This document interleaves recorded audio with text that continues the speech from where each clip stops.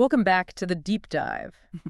Today we are embarking on a custom-tailored journey prepared specifically for you, our listener. Yes, exactly. Because you send over this massive, just incredibly detailed encyclopedic breakdown. I mean, it's a huge collection of research and notes. It really is. It's extensive. Right, and it's focused entirely on a single element on the periodic table. Chlorine. Chlorine. Yeah.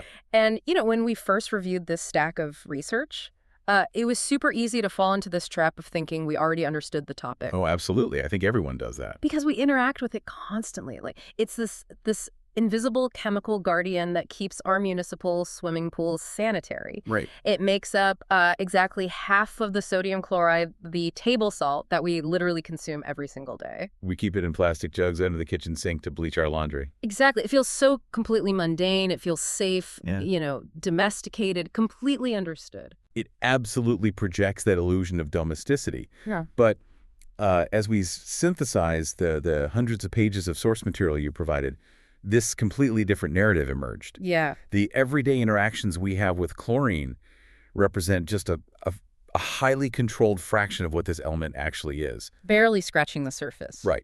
When you strip away the packaging and look at the raw elemental chemistry, you are dealing with a profoundly aggressive, inherently unstable force of nature. And that is our exact mission for this deep dive. We are going to completely reshape how you view this element. Yeah, we are. Because this isn't just a basic building block of nature that peacefully coexists with the world around it. It has a secret, deeply volatile life. It really does. Throughout this deep dive, we're going to track chlorine's history and chemistry to reveal its true identity. We'll look at it as a fiercely reactive chemical thief at the atomic level. An ancient alchemical accident, too. Yeah, right. An accident that completely baffled the greatest minds of the medieval world. We'll see it as a miracle medical lifesaver that revolutionized human health decades before we even understood what germs were. And, tragically, a terrifying weapon of war. Yeah. Okay, let's unpack this, because to really understand the dual nature of chlorine, this element that both sustains our lives and has the capacity to effortlessly destroy living tissue, we have to start by looking at its fundamental identity. The most logical place to anchor our understanding is right on the periodic table. Okay. Chlorine sits at atomic number 17. It belongs to a specific family of elements known as the halogens. The halogens. Right, positioned vertically in group 17, situated squarely between fluorine above it and bromine below it. Okay, got it. And if you were to somehow isolate pure elemental chlorine at standard room temperature and pressure, it presents itself as this dense, pale yellow-green gas. Which is where the name comes from, right? Exactly. That visual characteristic is entirely responsible for its name. The ancient Greek word klutros translates quite literally to pale green or greenish yellow. Yeah, reading through the chemical properties in the research you sent us, that pale green color is perhaps the only passive thing about it. Yeah, pretty much. The defining characteristic of chlorine, the trait that drives its entire history, its industrial utility, and its biological danger, is its sheer chemical aggression. It does not want to be left alone. No, it doesn't. And that aggression is hardwired into its atomic structure.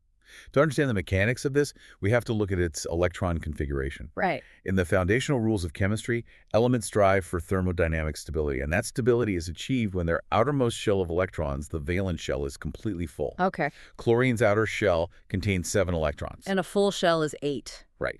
Yeah. A full, stable shell requires 8. So chlorine exists in a perpetual state of being exactly 1 electron short of chemical contentment.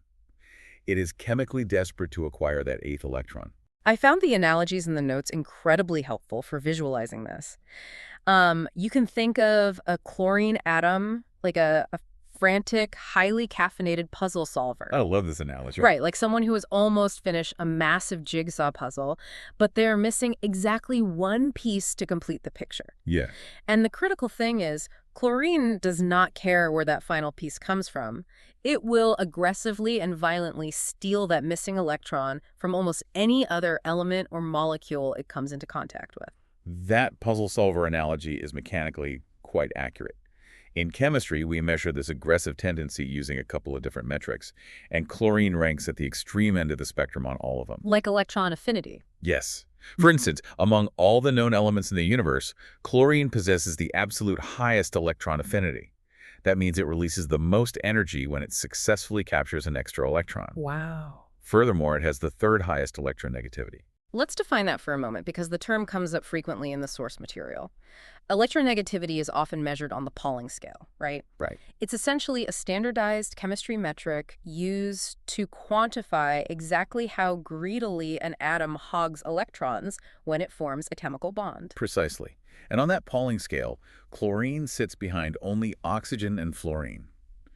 It is an exceptionally strong oxidizing agent. So it's basically a bully. It is fundamentally structurally designed to rip electrons away from other substances to complete itself. And because of this intense reactivity, it is practically impossible to find free elemental chlorine gas just floating around in the natural environment. Because it's too reactive. Right. It is too reactive to stay isolated. As soon as it is generated, it immediately attacks something else, steals an electron, and forms a stable compound. Which perfectly explains why its early history is so deeply weird and accidental.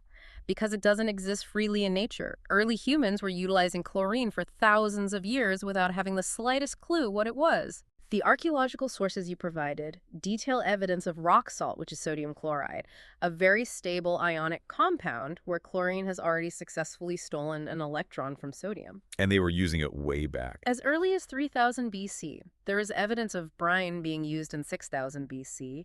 Humanity relied on the stable form of the element for food preservation and economics for millennia. They were utilizing the stabilized end product of chlorine's reactivity. But as we transition into the medieval period, the historical records show early chemists beginning to unknowingly unlock the elemental gas itself. Unknowingly being the key word there. Right. Around the year 900 AD, during the Islamic Golden Age, we see pioneering figures like the brilliant polymath Jabir ibn Hayyan and the highly influential Persian physician Abu Bakr al-Razi. Incredible scientists for their time. Absolutely. They were conducting intricate experiments with a variety of naturally occurring minerals. Specifically, they were heating and distilling a substance called sal ammoniac, which modern chemistry identifies as ammonium chloride. And their experimental setups were fascinating. They were taking this ammonium chloride, combining it with various hydrated sulfate substances they refer to as vitriols, and applying intense heat. Right. They were looking for fundamental truths about matter, trying to isolate the essences of these rocks and salts. And in doing so, their high-heat distillations were actually driving off hydrogen chloride gas. But the fascinating historical blind spot here is that medieval alchemists lacked the conceptual framework to study gases effectively. They just didn't have the tool. Or the concept. They didn't have the apparatus to capture, contain, or measure gaseous products.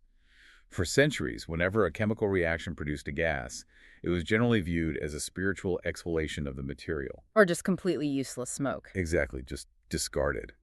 They were intensely focused on the solid precipitates or the liquid condensates left behind in their glassware, things like mercury chloride, which had immediate observable uses in medicine and metallurgy. So they were literally performing complex chemical reactions, unlocking this incredibly potent element, and then just letting the most fascinating part of the reaction float away through the windows of their laboratories. Pretty much. And this historical irony peaks a few centuries later.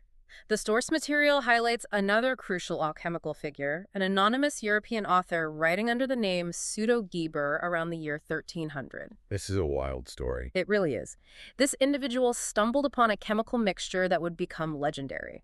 By taking that same sal ammoniac, the ammonium chloride, and dissolving it into concentrated nitric acid, they created a volatile, fuming liquid with a property that seemed magical at the time. It could dissolve solid gold. Right. The ability to dissolve gold, the noble metal that was supposedly incorruptible, was a monumental discovery.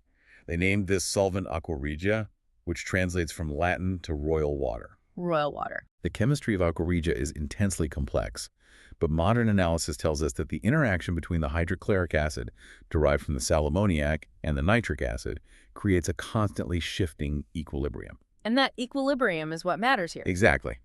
This reaction continually produces nitrosyl chloride, but more importantly for our deep dive, it continuously liberates free elemental chlorine gas. So you have these 14th century alchemists hovering over bubbling vats of aqua regia, dissolving gold coins, and the liquid is literally off-gassing pure elemental chlorine right into their faces. Yes. And yet, because they were so fixated on the liquid's ability to destroy gold, they completely ignored the sharp, choking, yellow-green vapor rising from the flask.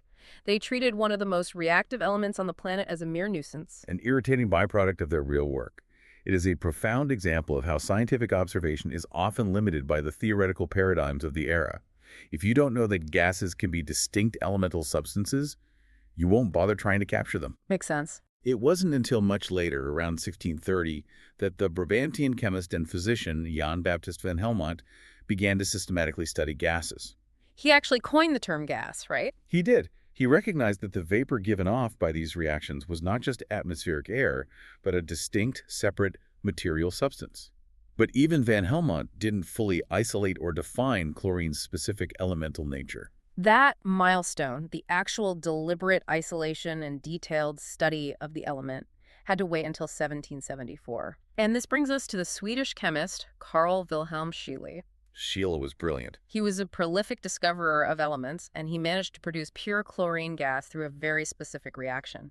He took a dark, powdery mineral called pyrolusite, which we now know as manganese dioxide, and reacted it with hydrochloric acid. The manganese dioxide acts as an oxidizing agent, stripping electrons away from the chloride ions in the hydrochloric acid, forcing them to bond together as diatomic chlorine gas, Cl2. And he actually captured it. Yes. Scheele successfully captured this gas in specialized bladders and glass vessels, allowing him to actually study its properties for the first time in human history, rather than just letting it vent into the room. And Scheele's laboratory notes, as detailed in the source, are incredible because they instantly capture the dual nature of chlorine that defines its entire relationship with humanity. They really do. He meticulously documents its physical traits. The distinctive pale yellow-green color and the suffocating sharp smell, which he accurately compared to the fumes of warm aqua regia. But he also ran experiments to see what the gas did. And he noticed two highly specific, contrasting things. Right.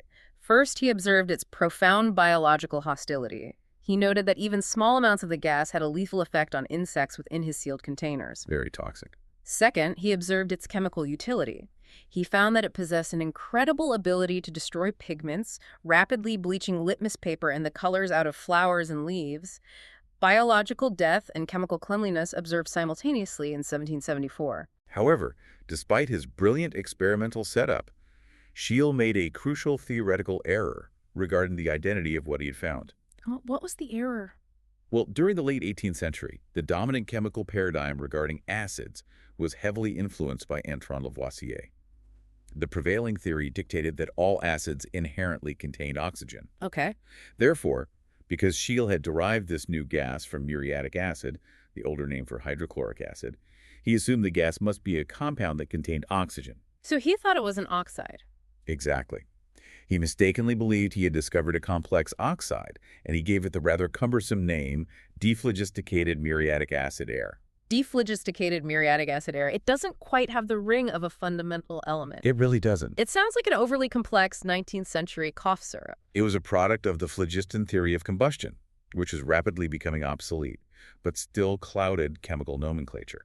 It took another 36 years for the scientific community to unravel Scheele's complex naming convention and correctly identify the substance. And that brings us to 1810. Right. In 1810, the brilliant English chemist Sir Humphry Davy took up the challenge. Davy was pioneering the use of electricity in chemistry, but he also utilized rigorous decomposition experiments. He was trying to tear it apart. He took Scheele's gas and subjected it to intense heat, passed electrical sparks through it, and tried to force it to react with superheated charcoal. He was desperately trying to strip away the supposed oxygen atoms that Lavoisier's theory insisted must be there. But the oxygen wasn't there to strip away. The gas stubbornly refused to break down into anything simple. Exactly. The rigorous failure of every decomposition attempt provided Davy with the definitive proof he needed. He presented his findings to the Royal Society in London, formally announcing that this substance was not a compound, not an oxide, but a fundamental, indivisible element. And he finally gave it a decent name. He did. Seeking a simpler, more descriptive moniker than Scheele's, Davy looked to its most obvious physical characteristic, its pale green color, and officially christened the element chlorine. So, by the early 1800s, humanity finally has this newly named, highly reactive element successfully isolated in glass jars. And almost immediately, the industrial and commercial minds of Europe began trying to harness its aggressive nature. They didn't waste any time. This transition marks the end of chlorine as a laboratory curiosity and the beginning of its profound impact on human society. And this leads us directly into our next thematic exploration: the era of Bleach, the gut factories of France, and the accidental dawn of public sanitation. The leap from laboratory isolation to industrial application was incredibly swift. Remember Scheele's observation that the gas could bleach plant matter? Right, the flowers and leaves. That chemical property, the ability of chlorine to attack and break down the complex organic molecules responsible for pigments, was an obvious goldmine for the textile industry. By 1785, the French chemist Claude Berthollet was already attempting to utilize raw chlorine gas on a large scale to bleach textiles. But handling raw chlorine gas sounds like a nightmare for the workers. It was. The gas was difficult to control, dangerous to the workers, and easily damaged the fabrics if overapplied. Berthollet solved this by experimenting with different solutions, eventually passing the raw chlorine gas through a liquid solution of sodium carbonate. And this reaction produced a weak solution of sodium hypochlorite. Berthollet established a chemical facility in a neighborhood of Paris called Javel to produce this liquid. And thus, Javel water was born.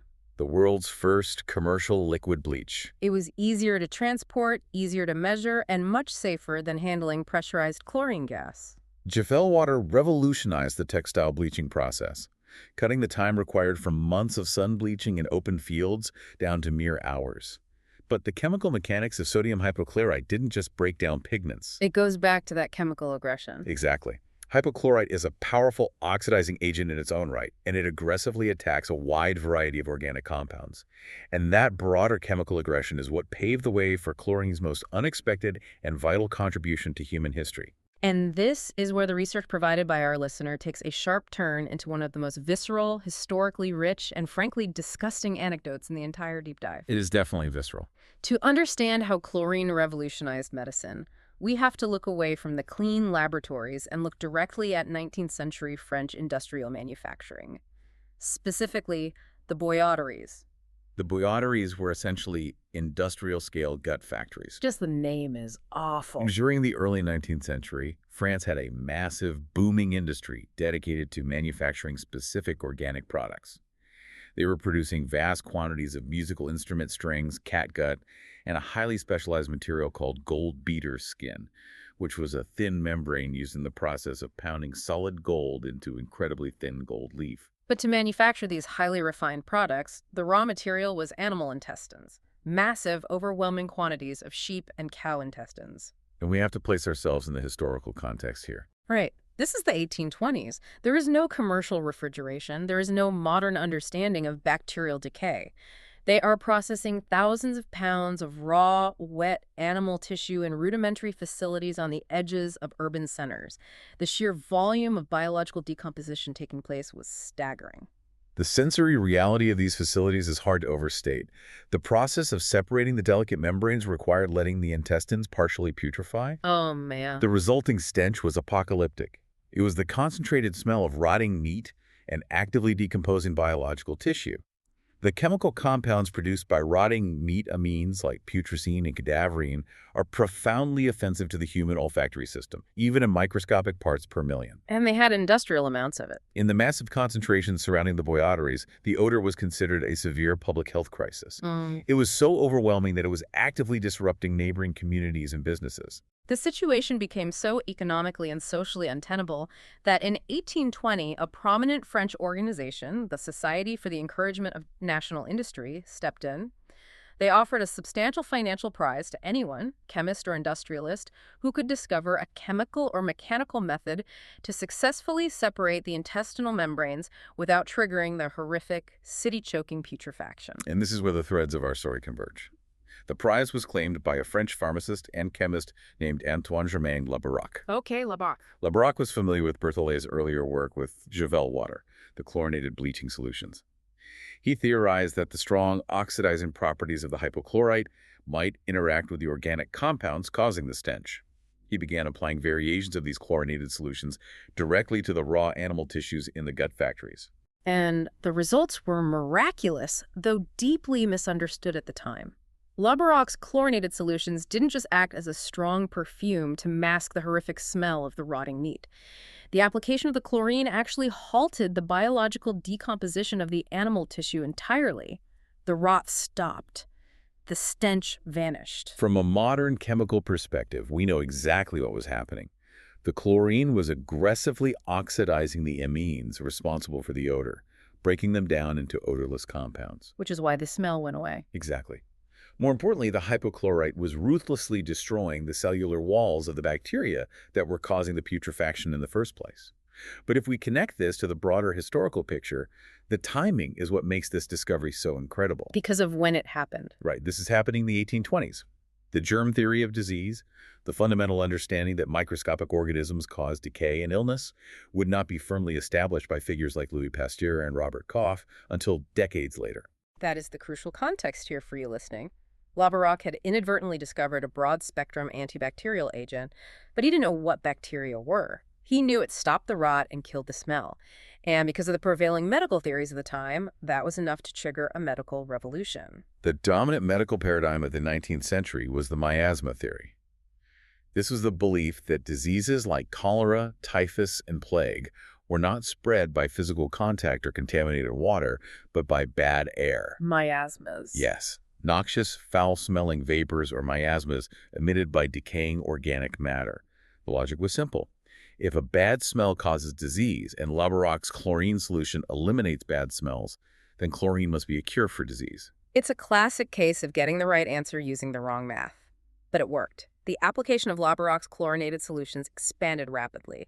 They were deployed aggressively in environments where putrefaction and foul odors were rampant. They were used to scrub down the walls of prisons, they were poured into public latrines, and they were used extensively in city morgues. The source notes a particularly dramatic deployment during the terrifying 1832 cholera outbreak in Paris. Authorities utilized massive quantities of chlorinated lime to systematically disinfect the capital. They were desperately trying to deodorize the Latin Quarter, actively trying to destroy the invisible, putrid miasmas they believed were wafting through the streets, killing the citizenry. They were, in fact, killing the cholera bacteria on the surfaces they treated, even if they believed they were merely destroying an infectious smell. But perhaps the most profound and heartbreaking medical application of this misunderstanding occurred in 1847 in the wards of the Vienna General Hospital, under the direction of the Hungarian physician, Dr. Ignaz Semmelweis. Semmelweis' story is one of the most memorable and tragic details in the entire stack of research you provided us. Yeah. Semmelweis was an obstetrician, and his maternity clinics in Vienna were in the grip of a devastating epidemic of puerperal fever, commonly known as childbed fever. The numbers were just awful. The mortality rates for healthy women coming in to give birth were staggering, sometimes reaching 10 to 20% or higher in certain wards. It was a crisis of unimaginable proportions. Semmelweis was desperate to find the cause, and he initiated a rigorous statistical analysis of the hospital's practices. He noticed a horrifying, undeniable pattern. The two clinics. Yes. The hospital had two distinct maternity clinics. The first clinic was staffed by male doctors and medical students. The second clinic was staffed by female midwives. The mortality rate in the first clinic, the one run by the doctors, was significantly, consistently higher than the clinic run by the midwives. And when Semmelweis looked at the daily routines to find the difference, the answer was grim. The doctors and medical students in the first clinic started their days in the autopsy rooms. They were performing anatomical dissections on fresh cadavers, often the bodies of women who had died of the very fever they were studying. Then, when a woman went into labor, these doctors would walk directly from the autopsy suite straight into the maternity ward to perform vaginal examinations and deliver babies. They were moving from handling decaying corpses to delivering newborns, and the only hygiene practice in place was washing their hands with ordinary soap and water. But Semmelweis made a critical sensory observation. He noticed the smell. He noticed that despite washing with soap, the doctor's hands still persistently carry the distinct, lingering stench of biological decay from the autopsy room. The ordinary soap was failing to remove the odor. So, leaning heavily on the miasma theory and the success of Labaroc's earlier work in the gut factories, Semmelweis theorized that the doctors were physically transferring something he called cadaveric particles. Literally, tiny pieces of decaying matter that produce the foul smell. Right, directly into the vulnerable bodies of the laboring women. Because the soap didn't kill the smell, he mandated a new, rigorous protocol. Before examining any living patient, every doctor and student was required to scrub their hands meticulously with a solution of chlorinated lime, a chlorine water mixture. He specifically chose chlorine because of its proven ability to aggressively destroy foul organic odors. And the results were immediate and undeniable. The mortality rate in the doctor's clinic plummeted from over 10% down to roughly 1%. He had successfully stopped the transmission of the deadly bacteria. But the tragic irony is that Semmelweis died without ever truly understanding the biological mechanics of his own triumph. He still believed in the miasma. He remained convinced that he was merely washing away the invisible particles of death that caused the smell. He didn't realize he had deployed a chemical weapon against microscopic living organisms. Entirely based on chlorine's ability to neutralize the odor of rotting meat, Semmelweis had accidentally pioneered the practice of surgical antisepsis. It was a monumental, if misunderstood, leap forward. And as the germ theory of disease was finally proven and accepted later in the 19th century, the medical understanding of why chlorine worked caught up with its practical application. Which was huge for wartime medicine. Right. By the time World War I erupted, the medical community fully understood that they were fighting bacteria. During that conflict, the devastating nature of trench warfare resulted in horrific, massive open wounds that were immediately packed with contaminated mud and debris. The infection rates were catastrophic. And this is where another massive innovation occurs. An English chemist named Henry Drysdale-Dakin, working with the French surgeon Alexis Carrel, developed a highly specific formulation known as Dakin's solution. Because they couldn't just use pure bleach. Exactly. They couldn't just pour raw bleach into an open wound. It would destroy the healthy human tissue just as aggressively as it destroyed the bacteria. Dakin carefully formulated a buffered, stabilized 0.5% sodium hypochlorite solution. It was a very precise balance. He was just strong enough to ruthlessly seek out and oxidize the bacteria, but weak enough that it wouldn't cause necrotic damage to the surrounding healthy flesh. Dakin's solution was a revelation for battlefield medicine. It allowed surgeons to actively irrigate and continuously disinfect massive traumatic wounds, saving countless limbs and lives long before the discovery of penicillin or modern antibiotics. And its efficacy is so fundamental that modified, highly purified versions of Dakin's solution are still actively utilized in modern hospitals today, more than a century later. Really? Still today? Yes. Why? Because the mechanism by which chlorine destroys a cell, aggressively oxidizing the cell membrane and tearing the structural proteins apart, is so fundamental and overwhelming that bacteria cannot evolve resistance to it.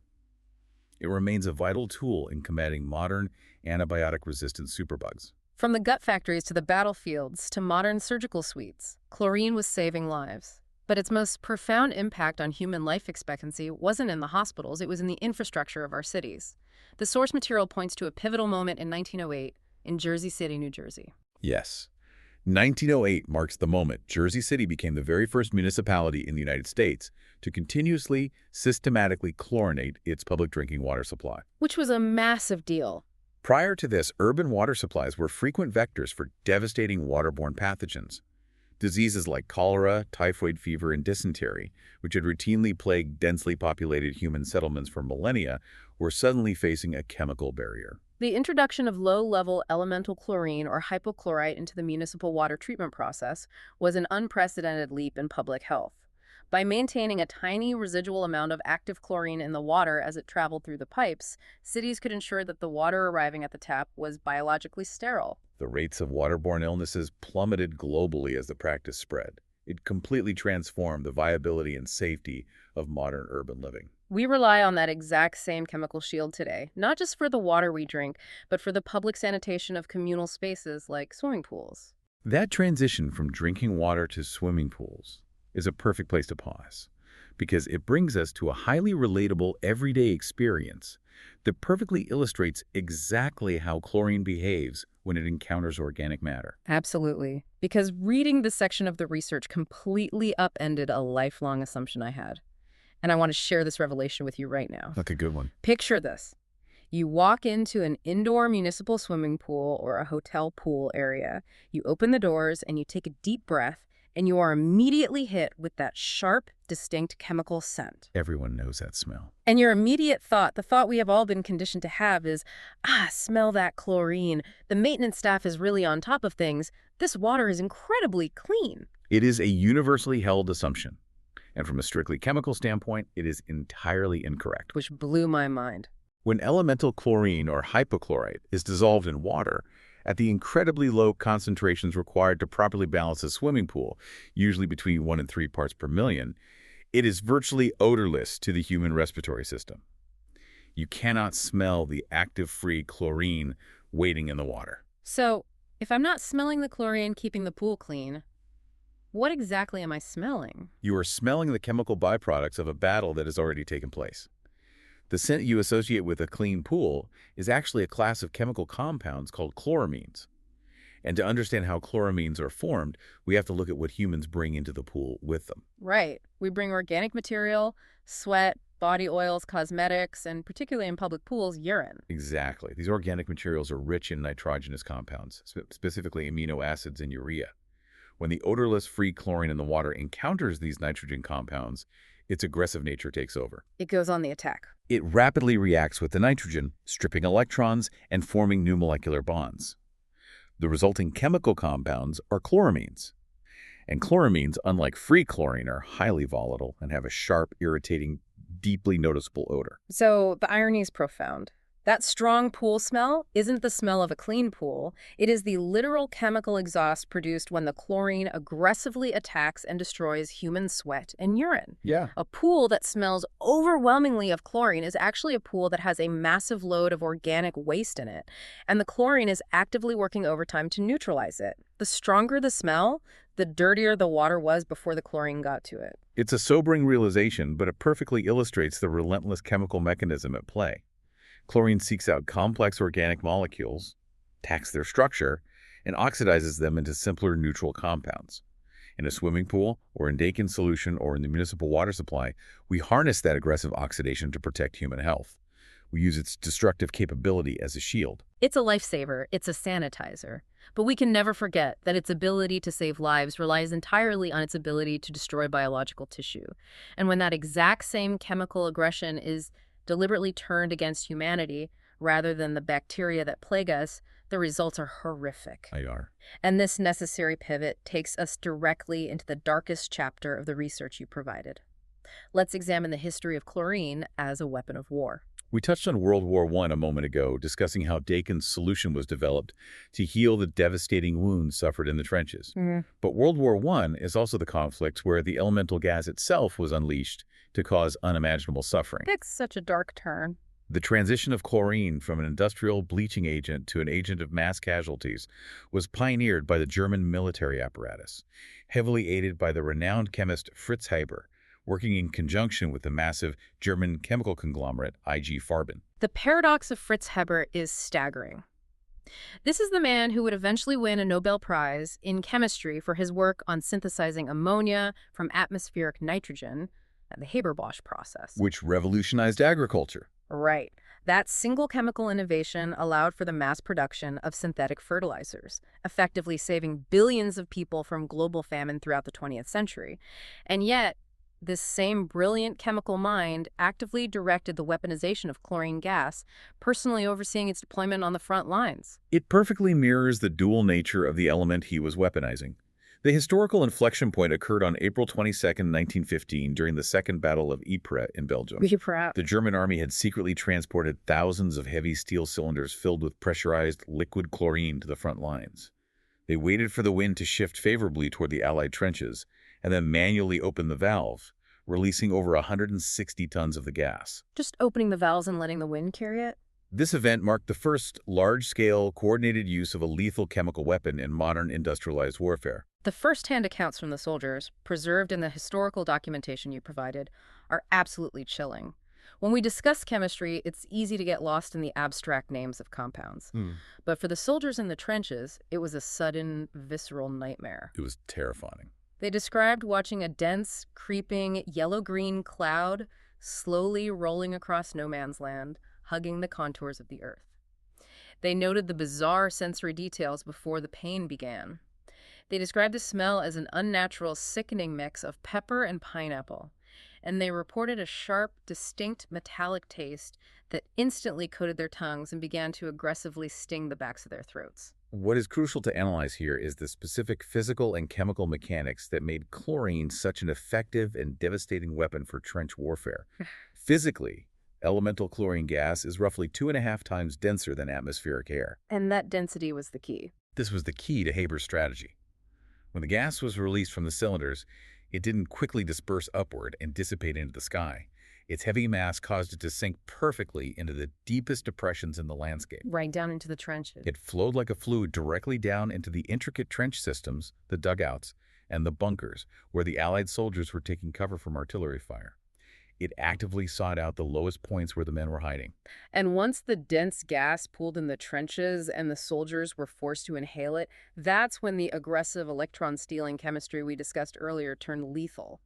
Because what happens at a molecular level when a concentrated breath of pure chlorine gas hits the inside of a human lung? The human respiratory system, the trachea, the bronchi, and the delicate alveoli, where oxygen transfer occurs, is lined with a sensitive, constantly wet mucosal membrane.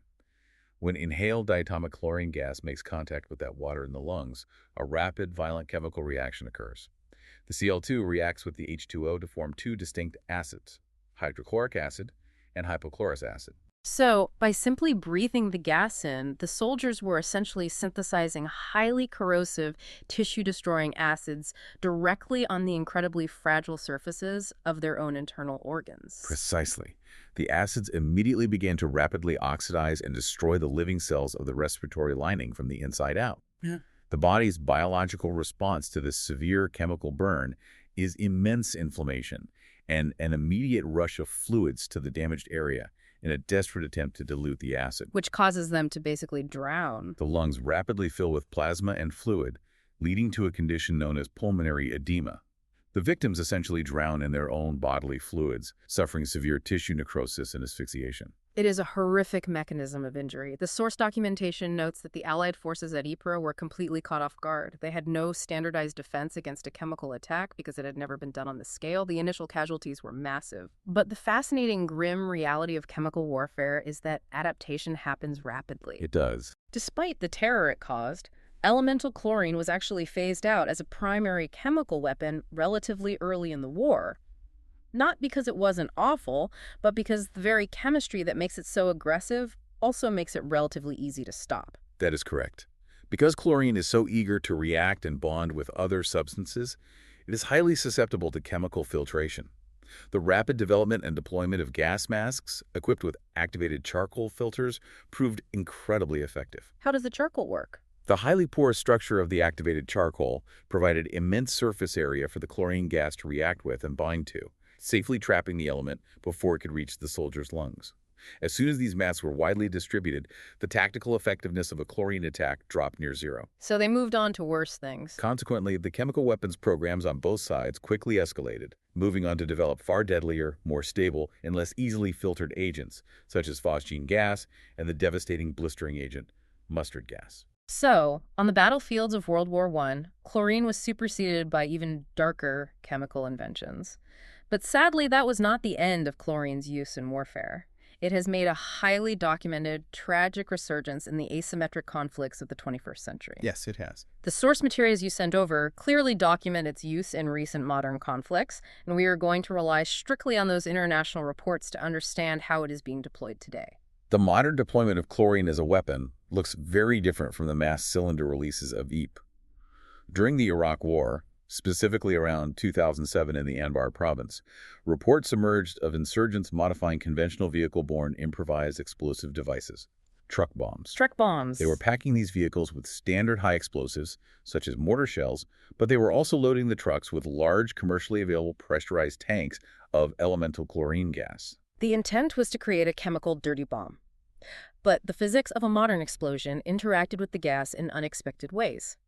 The reports indicate that the massive concussive force and intense heat of the primary explosive blast actually acted counter to the deployment of the gas. The explosion dispersed and diluted the toxic cloud into the upper atmosphere much more rapidly than a slow, ground-level release would have. As a result, the primary fatalities in these attacks were overwhelmingly caused by the kinetic force of the blast itself, not the gas. However, the secondary chemical effects were still severe and terrifying for the civilian population. The attack sickened over 350 people in the immediate aftermath, and hundreds of civilians required urgent hospitalization, experiencing acute respiratory distress, severe coughing, and breathing difficulties from the residual chlorine gas that lingered in the blast radius. And the documentation, unfortunately, continues.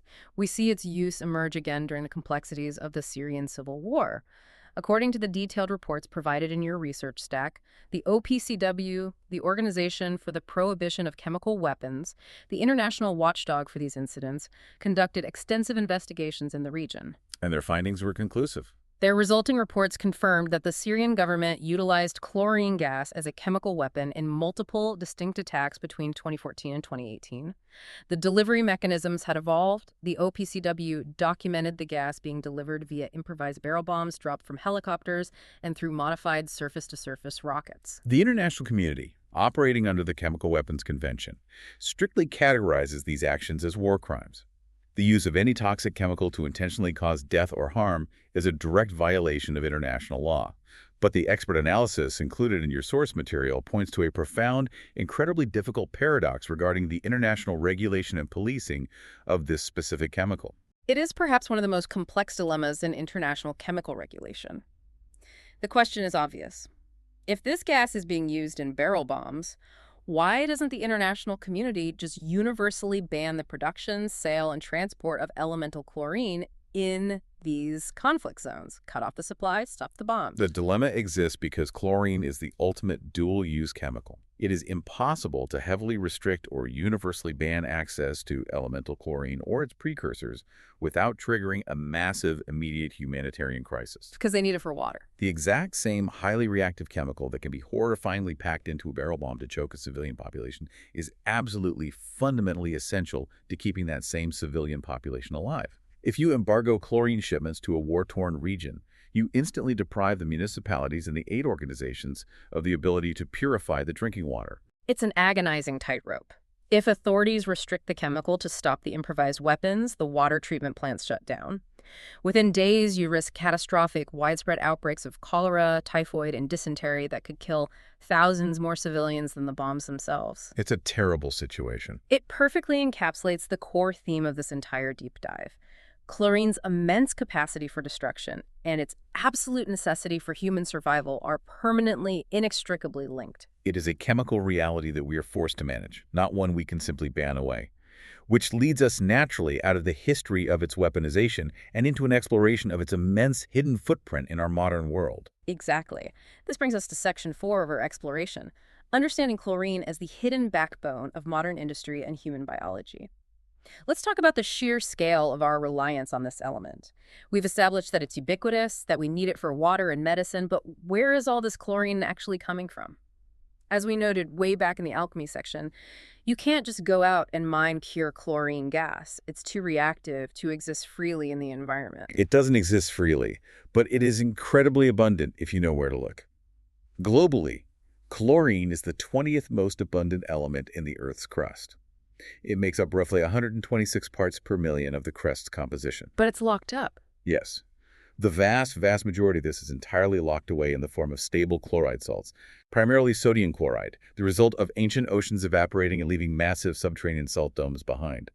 However, those terrestrial deposits pale in comparison to the active reservoirs on the Earth's surface. The oceans are essentially a massive, planet-wide brine solution, heavily concentrated with dissolved chloride ions, alongside extreme hypersaline environments like the Great Salt Lake in Utah and the Dead Sea. So the raw material is essentially infinite. We have oceans full of salt water, but how do we break the chemical bonds? How do you rip the sodium and the chlorine apart on an industrial scale? We certainly aren't relying on millions of chemists boiling nitric acid in glass flasks anymore.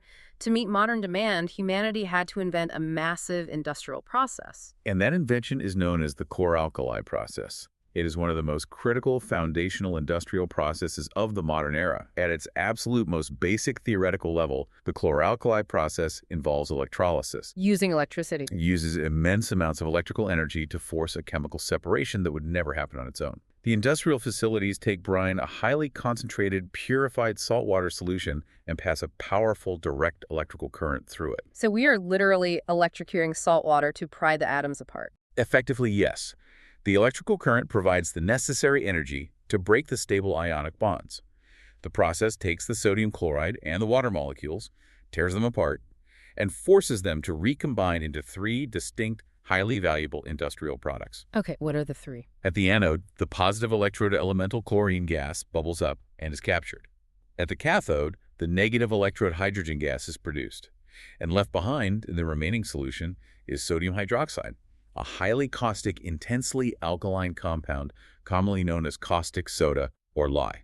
Chlorine gas, hydrogen gas, and caustic soda. Three massive pillars of the chemical manufacturing industry, all generated from salt water and electricity. But the source material notes that while the basic chemistry is straightforward, the actual physical engineering of these plants has had to undergo massive forced evolutions over the last century, primarily driven by severe safety and environmental disasters. The evolution of the chlor-alkali process is a prime example of industrial course correction. At the end of the 19th century and well into the 20th, the dominant method for achieving this electrolysis was the Kastner-Kellner process. This method utilized a massive pool of liquid mercury as the cathode. Liquid mercury? The electrical current forced the sodium ions into the mercury, creating a liquid sodium amalgam, which prevented the sodium from reacting violently with the water or the newly formed chlorine gas.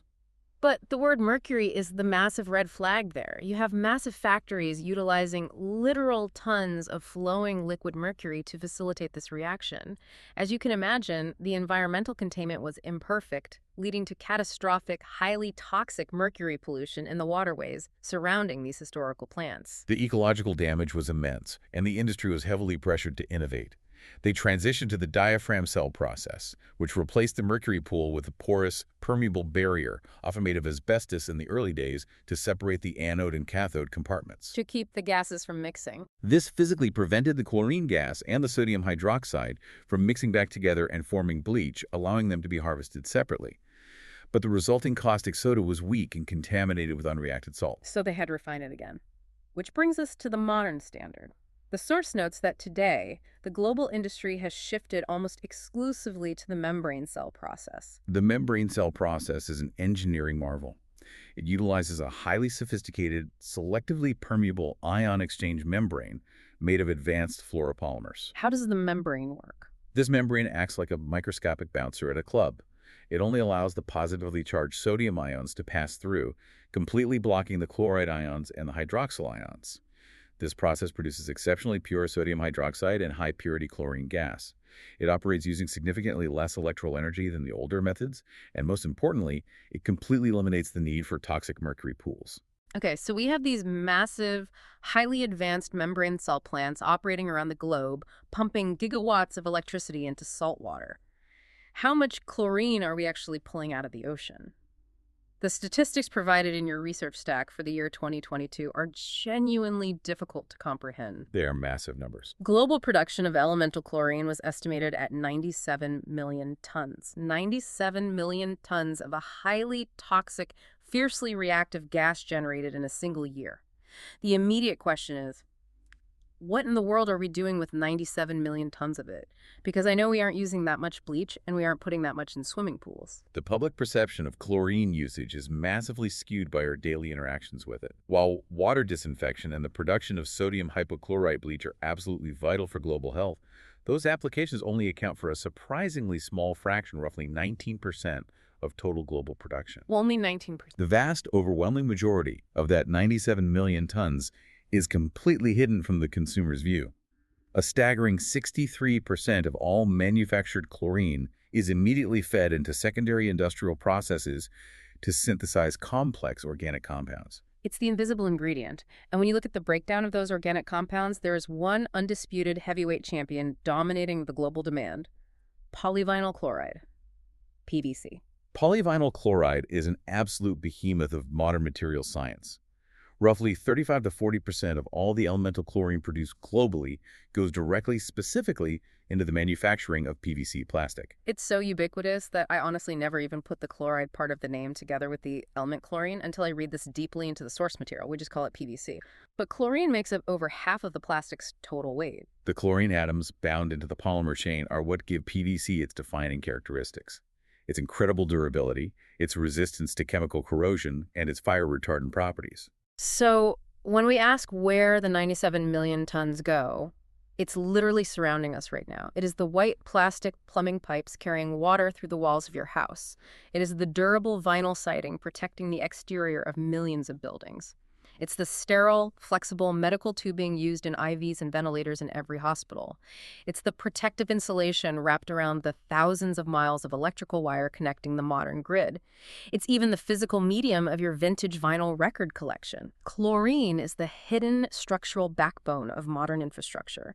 We have literally built the physical framework of the 21st century on the back of this highly reactive gas. It is the ultimate industrial building block. But the source material takes this concept of chlorine as a foundational backbone and brings it even closer to home. It's not just the backbone of our external industrial world, it is the fundamental backbone of our own internal biology. This is where the dual nature concept peaks. We've spent this entire deep dive discussing how elemental chlorine gas is aggressive, toxic, and highly destructive to living tissue.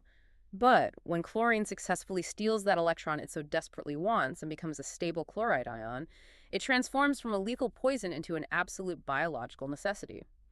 As a chloride ion, it is an essential macronutrient required for metabolism in every single known species of complex life on Earth. Your body physically requires chloride ions to function and survive. Because it cannot synthesize them, you must consume them. The primary dietary source for humans is, predictably, the sodium chloride we add to our food. Once absorbed into the bloodstream, the human body utilizes these chloride ions to perform several critical physiological functions. The most obvious one, the one we encounter every day, is digestion. Yes. The parietal cells lining your stomach actively pump chloride ions and hydrogen ions into the stomach cavity. When they combine, they form hydrochloric acid, a highly corrosive, incredibly strong acid sitting right in the middle of your body. Without the chloride derived from salt, you could not produce stomach acid, and you would be fundamentally incapable of breaking down complex proteins or absorbing essential nutrients from your food. But its role goes far deeper than just digestion. The research notes its critical function at the microscopic cellular level. Chloride is the most abundant anion negatively charged ion in the extracellular fluid of the human body. Its presence is absolutely vital for maintaining the resting membrane potential of your cells. The body utilizes complex microscopic structures called chloride channels to constantly pump chloride ions in and out of cells. For osmotic balance. Exactly. This precisely regulated flow of negative charge is what regulates the osmotic balance, the delicate balance of fluids and water pressure between the inside of the cell and the surrounding tissue. It also plays a key role in the electrical firing of neurons in your brain and the contraction of your muscles. So you literally need the chemical descendants of this toxic gas just to maintain the electrical charge and fluid pressure of your own existence. We are essentially walking, talking, highly complex saltwater batteries, and the chloride ion is the crucial negative charge making the whole system run. But because it is so vital, the balance is incredibly delicate. The clinical notes in the source material outline the severe consequences when that balance fails. They describe two specific medical conditions regarding blood chloride levels. The clinical margin for error is razor thin. If your kidneys fail to regulate the concentration, or if you suffer extreme dehydration, you can develop hyperchloremia, a dangerous excess of chloride in the blood. And the opposite. Conversely, if you lose massive amounts of fluids, perhaps through severe illness, you can develop hypochloremia, a critical deficiency of blood chloride. Both conditions represent severe electrolyte disturbances that disrupt the fundamental chemistry of the body. And the physical symptoms demonstrate exactly how systemic its role is. The source notes that hypochloremia is frequently associated with chronic respiratory issues and hypoventilation. A rapid, uncontrolled drop in blood chloride levels can actually lead to severe cerebral dehydration. Your brain cells essentially lose their osmotic balance and shrink, lacking the fluid tension they need to function. On the other end of the spectrum, hyperchloremia can interfere with the hemoglobin in your red blood cells, actively degrading how efficiently vital oxygen is transported throughout your vascular system. It is a profound realization. Too much of it disrupts your blood's ability to carry oxygen. Too little of it, and your brain physically dehydrates. The body's reliance on this specific, highly reactive halogen is total. It is incredible to realize how deeply dependent we are on it. But as much as we rely on it safely in our biology and our plastic pipes, we cannot forget its true foundational nature. Which brings us to our final and perhaps most intense act of this deep dive. Section 5. Extreme chemistry and everyday hazards. Because when industrial chemists push chlorine to its absolute limits, or when average people get careless with it in their kitchens, it rapidly drops the illusion of domesticity and reminds us exactly why the medieval alchemists should have been terrified of it. Let's start with the extreme limits of theoretical chemistry. When we explore the extreme boundaries of how chlorine interacts with the universe, we have to look at what happens when you force it to bond with the only element on the periodic table that is even more electronegative and more aggressive than it is. Fluorine. Fluorine and chlorine combined. When advanced chemistry synthesizes chlorine and fluorine together, it creates a class of interhalogen compounds known as chlorine fluorides. And the most notorious, highly studied of these compounds is chlorine trifluoride, designated chemically as ClF3. Reading the source's description of chlorine trifluoride honestly feels like reading the script for a science fiction horror movie. It doesn't sound like a real chemical. The documentation states that it is broadly considered to be one of the most intensely reactive, aggressively violent chemical compounds known to humanity. It is almost unimaginably reactive. To understand its danger, you have to understand the concept of hypergallicity. A hypergallic substance is one that spontaneously ignites immediately upon physical contact with another substance, with absolutely no external spark, heat, or ignition source required. Just touching it causes a fire. Chlorine trifluoride is supremely hypergallic with almost everything it touches. It is so powerful an oxidizing agent that it will instantly set fire to hydrogen, potassium, phosphorus, and sulfur. It will rapidly, violently corrode dense, noble metals like platinum and gold, metals that normally resist almost all chemical attack. But the list of things ClS3 sets on fire goes far beyond standard combustible fuels. The source lists reactions that truly defy common sense. It ignites things that we consider completely inert. It ignites sand. It ignites solid concrete. It ignites glass. And this is the specific detail that is hardest to wrap your head around. It is so aggressively oxidizing that it spontaneously ignites water. It sounds paradoxical, but the chemistry is brutal and exact. We think of water, H2O, as the ultimate extinguishing agent because the hydrogen is already fully oxidized by the oxygen. It's burnt hydrogen. But chlorine trifluoride is such a violently strong oxidizer that when it contacts water, it forcefully rips the oxygen atom completely off the hydrogen. It breaks the water apart. The reaction is explosive, instantly forming highly corrosive hydrogen fluoride gas, releasing free chlorine gas, and generating massive amounts of heat. It effectively burns the water. Because of this extreme hypergallicity, historically, rocket engineers in the mid-20th century desperately wanted to use it as an oxidizer in experimental rocket engines. The idea was that you wouldn't need an ignition system. You just pump ClF3 and a fuel into the combustion chamber, and it instantly explodes out the back, providing massive thrust. The theoretical performance was incredible, but the practical engineering problems were utterly insurmountable. It was simply too dangerous to handle, transport, or contain reliably. If a microscopic pinhole developed in the fuel line, the ClF3 would instantly ignite the metal pipe itself, then ignite the concrete launch pad, and then ignite the moisture in the air. So if it's too dangerous for literal rocket scientists to use, what on earth do we use it for today? Because the source notes it is still manufactured. Despite the staggering danger, it possesses highly specialized, vital industrial applications that no other chemical can perform. Primarily, it is utilized in the semiconductor manufacturing industry. To make microchips. When microchips are created using chemical vapor deposition, the incredibly intricate microscopic chambers eventually become coated in stubborn, complex chemical residues. ClF3 gas is pumped in to clean these chambers because it will aggressively, flawlessly strip away any lingering residue, returning the chamber to absolute pristine condition. But how do you even hold it? If it burns glass and steel, what do you keep it in? You have to rely on a process called passivation. The transport cylinders must be made of highly specific metals, typically specialized steel alloys, copper, or nickel. When the ClF3 is first introduced into the extremely dry, heavily pre-cleaned cylinder, it immediately attacks the metal walls. But instead of burning through, it forms a microscopic, tightly bonded layer of metal fluoride. Oh, like a chemical scab. Exactly. This thin scab of fluoride is completely impermeable and inert to further attack, essentially protecting the rest of the metal from the gas. So the only way to contain this monstrous chemical is to keep it inside a cage made out of its own chemical scabs. It's wild engineering. But we don't have to look to experimental semiconductor facilities to find extreme hazards. The source notes another highly unstable, heavily impactful group of compounds, the chlorine oxides. And these specific molecules have had a profound, nearly catastrophic impact on the entire planet's atmosphere. Yes. Specifically, we must examine the legacy of chlorofluorocarbons, commonly known by their acronym CFCs. For decades in the 20th century, CFCs were hailed as the miracle of modern chemistry. They were stable, non-toxic, non-flammable, and easily compressed. They were universally adopted and widely used as the primary refrigerants in air conditioners and refrigerators, and as the standard propellants in almost every aerosol spray can on the market.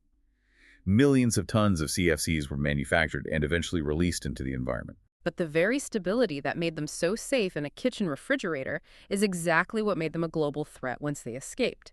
Because they were so stable, they didn't break down in the lower atmosphere. They just slowly, persistently drifted upward higher and higher until they reached the stratosphere. And what happens to a CFC molecule when it gets up there?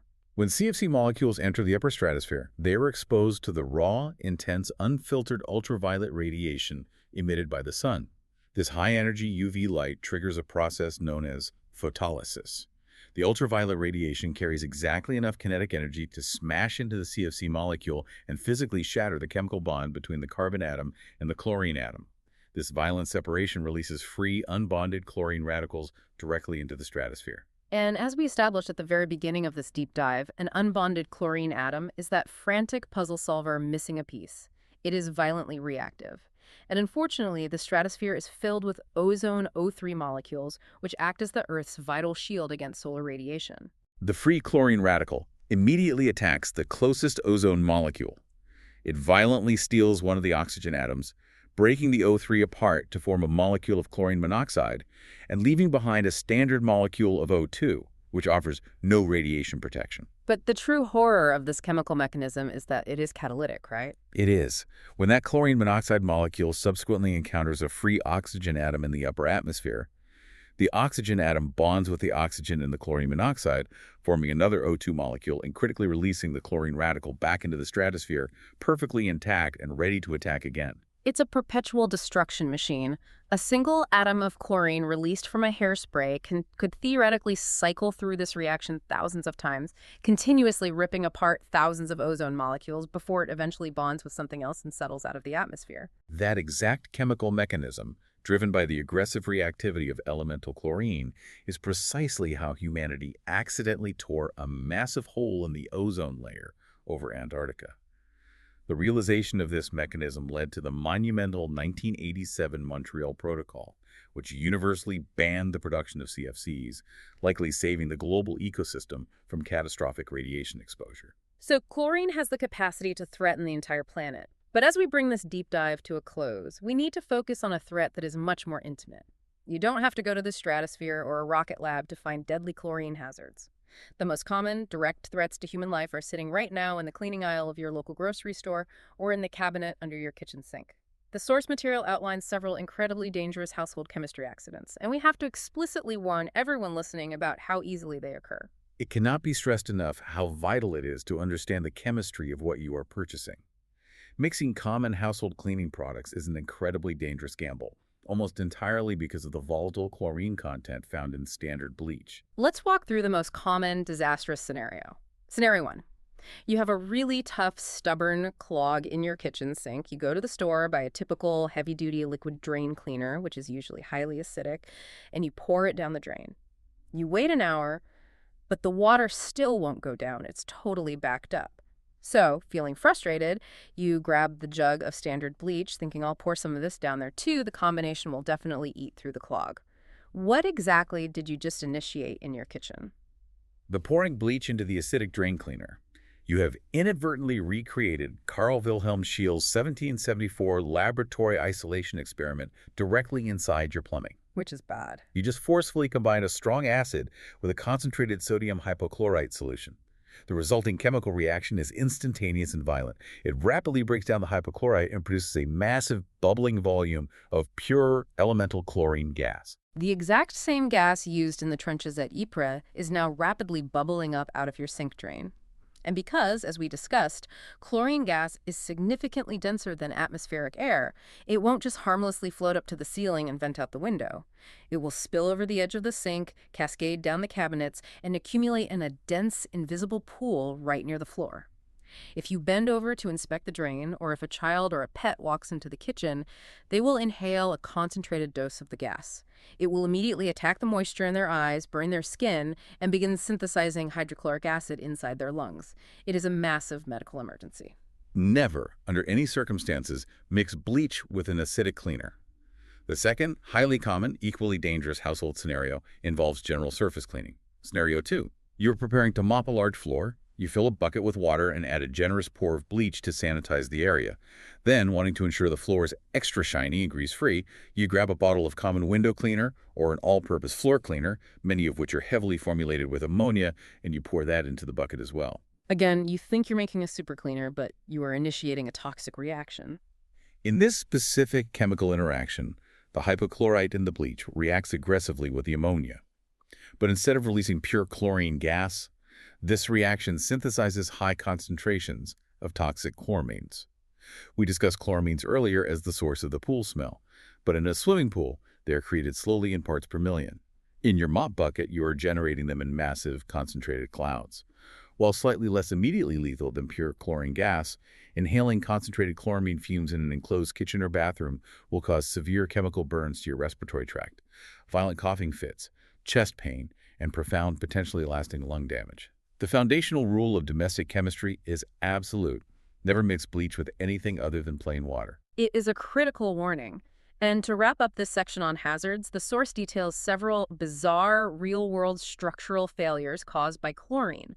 And what makes these fascinating is that they aren't violent explosions or sudden gas clouds. They are silent, microscopic, creeping disasters that unfold over years. First up is a terrifying phenomenon: the spontaneous collapse of stainless steel swimming pool ceilings. This is a highly specific, insidious engineering failure known as chlorine-induced stress corrosion cracking. In the environment of a large, enclosed indoor swimming pool, the air is constantly warm, incredibly humid, and heavily laden with chlorine vapors, specifically the volatile chloramines outgassing from the water. Over years of exposure, these chemical vapors drift upward and settle as condensation on the stainless steel suspension rods and brackets that physically hold up the heavy roof structure or the suspended drop ceilings. But stainless steel is supposed to be the gold standard for strength and corrosion resistance. We use it specifically because it doesn't rust. It resists traditional rust, but it is acutely vulnerable to chlorine. The microscopic chloride ions in the condensation aggressively seek out infinitesimal microscopic vulnerabilities or imperfections in the metal's crystalline lattice structure. Once they find a flaw, the chloride ions burrow in and initiate microscopic branching cracks deep inside the steel. The incredibly corrosive localized environment at the tip of the crack accelerates the degradation. Slowly, silently, the cracks propagate through the solid metal under the constant tensile stress of the heavy roof. The exterior of the steel rod often looks perfectly shiny and intact, hiding the rod inside. Eventually, the structural integrity of the rod drops below the weight it is supporting, and the steel suddenly and violently snaps. There have been multiple tragic instances globally where massive, entire indoor pool ceilings have catastrophically collapsed into the water without a single moment of warning, entirely due to this microscopic chemical attack. It's terrifying because it's invisible. And this exact mechanism of silent, long-term chemical degradation happened inside millions of people's homes, too. The research details a massive infrastructure failure in the United States during the 1980s and 1990s regarding domestic plumbing. Plumbers and builders had started widely utilizing a specific type of rigid plastic polymer called acetyl resin to manufacture the intricate fittings and joints for hot and cold water pipes inside residential walls. Acetyl resin was strong, cheap, and easy to install. However, the chemical engineers failed to adequately account for the relentless oxidative power of chlorine. The municipal water flowing through those pipes contained the standard, incredibly low residual levels of chlorine, perhaps just 1 part per million put there, specifically to keep the drinking water sterile and safe. but the acetyl polymer was inherently sensitive to oxidative attack. So year after year, decades of water flowing over these plastic joints just wore them down. Over time, the continuous low-level exposure to the chlorine slowly chemically degraded the polymer chains on the interior surface of the pipe fittings.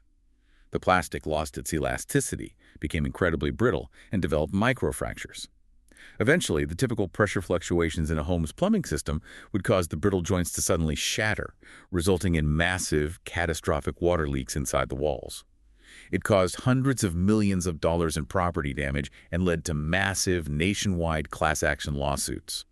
The very chemical added to protect the homeowner's health systematically destroyed the plumbing infrastructure of their houses. It just slowly ate away the plastic from the inside out. And finally, perhaps the most dramatic, visually intense hazard detailed in the industrial safety section of your research, the nightmare scenario known as a chlorine iron fire. In massive chemical processing plants, elemental chlorine gas is routinely transported across the facility through networks of standard carbon steel pipes. This is standard engineering practice because, counterintuitively, at standard room temperature, perfectly dry chlorine gas does not react with steel. The lack of moisture prevents the formation of the corrosive acids we discussed earlier. So it's safe, as long as the temperature stays perfectly normal. But what happens when the environment gets hot? If a localized fire breaks out in the plant, or if a friction issue causes a section of the steel piping to heat up significantly, typically above 200 degrees Celsius, a critical thermodynamic threshold is crossed. The elevated heat provides the activation energy needed for the chlorine to directly, violently attack the iron atoms in the solid steel pipe. This creates a deeply exothermic reaction. Let's define that clearly. An exothermic reaction is a chemical process that physically releases energy into its surroundings, usually in the form of intense heat and light. Correct. And in this case, the reaction between the hot chlorine and the iron is massively exothermic. The chlorine aggressively oxidizes the iron, and the tremendous heat generated by that chemical reaction is absorbed by the surrounding steel pipe. This dramatically raises the temperature of the pipe further, which in turn exponentially accelerates the rate of the chemical reaction. It creates a runaway thermal feedback loop. So you reach a point where the steel pipe itself becomes the primary fuel source. Exactly. The solid steel infrastructure literally ignites. A chemical plant emergency where the highly pressurized pipes carrying the toxic gas are themselves aggressively burning due to a chlorine-iron reaction is one of the most difficult, dangerous, and nightmare-inducing scenarios industrial firefighters can face. The system actively feeds its own destruction. So as we pull back and look at the entirety of this stack of research, what does this all mean? We have covered an absolutely incredible amount of ground today.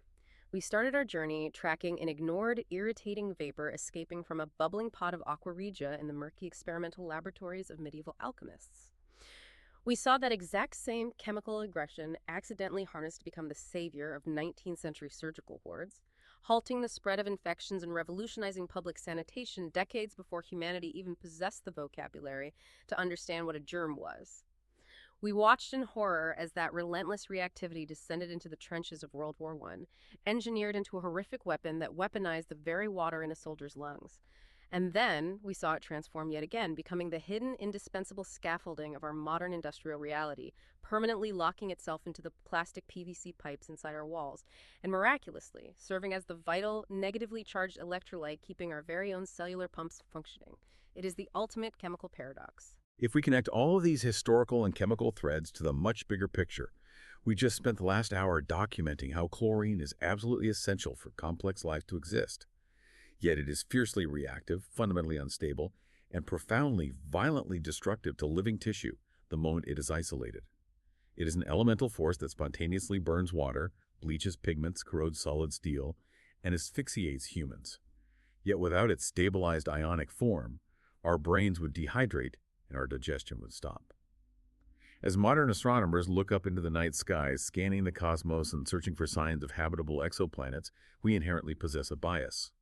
We constantly search for calm, stable, peaceful environments, liquid water, moderate temperatures, thick, inert atmospheres.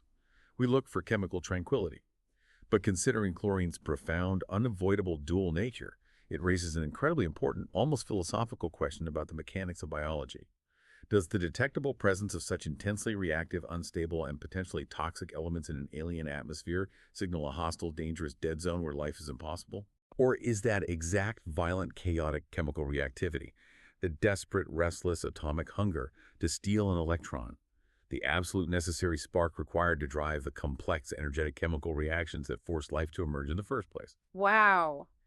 That is an incredibly profound thought to end on. Does the engine of life fundamentally require a poison to kickstart its machinery? I absolutely love that perspective. Well, thank you so much for sending us this massive, utterly fascinating encyclopedic breakdown on chlorine. You provided us with an amazing, rigorous stack of research, and I truly hope we delivered on our mission today to completely, permanently change how you look at the mundane salt sitting on your dining table and the simple jug of bleach hiding in your laundry room. They were the quiet descendants of a chaotic elemental fire. Keep digging into the deep chemistry that simultaneously builds and relentlessly threatens our world. Until next time, keep learning.